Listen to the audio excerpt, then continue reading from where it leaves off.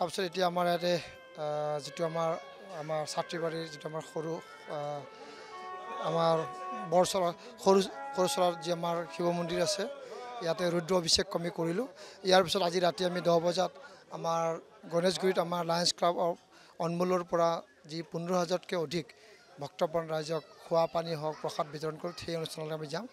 আৰু এই যেতিয়া শাওণ মাহৰ সোমবাৰৰ পৰা আমি যিটো ভলেবম আৰম্ভ হৈছে, প্ৰতিটো দেওবাৰে আমি বিভিন্ন ঠাইত এনেদৰে গৈ আছোঁ, ভক্তপ্ৰাণৰ আমাৰ ৰাইজৰ লগত আছোঁ।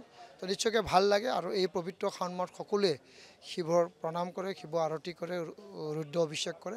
সেইকাৰণে সকলোকে গৈ আমি ভাল লাগে। আৰু আমাৰ মহাভৈৰৱ আমাৰ মহাদেৱক আমি অনুৰোধ কৰিছোঁ সকলোৱে যেন ভালকৈ থাকে, পৃথিৱীত যেন শান্তি আৰু সমৃদ্ধি হয় তাৰ কাৰণে কামনা কৰিছোঁ।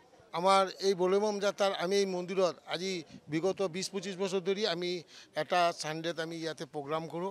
আজি আমাৰ ইয়াতে 1.5-2 ঘণ্টা ধৰি এইটো দিনত পূজা হয়। আৰু পূজা কৰি এতিয়া আমি সকলোকে প্ৰসাদ বিতৰণ কৰিম। আৰু যিমান যাত্ৰী আছে সিহঁতকো আমি আজিৰ দিনটো ৰাতি আমি সেৱা আগবঢ়াম।